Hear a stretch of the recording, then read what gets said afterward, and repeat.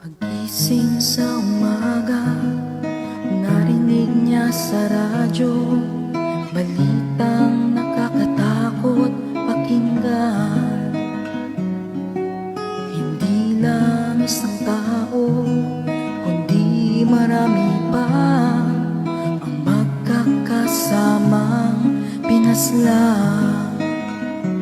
Kulay dugo ang kulay ng bawat pahayagan, tila isang laro na lamang bang pagpaslang, o kay raming buhay na ang nasayang sa walang tigil na pagyurak sa pantaong karapatan.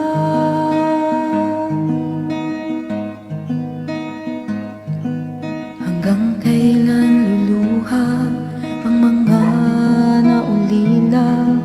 Hanggang kailan sila magdurusa? Nasaan ang katarungan na hinihintay sa walang awang pag-itil ng buhay?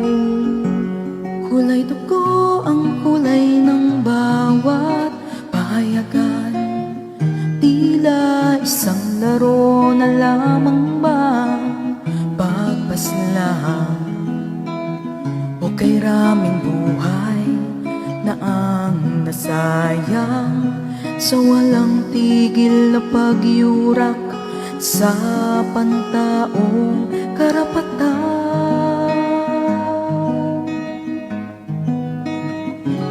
Kulay dugo ang kulay ng bawat pahayagan, tila isang laro na lamang bang pagpaslang, o kay raming buhay na ang nasayang sa walang tigil na pagyurak sa pantaong karapatan.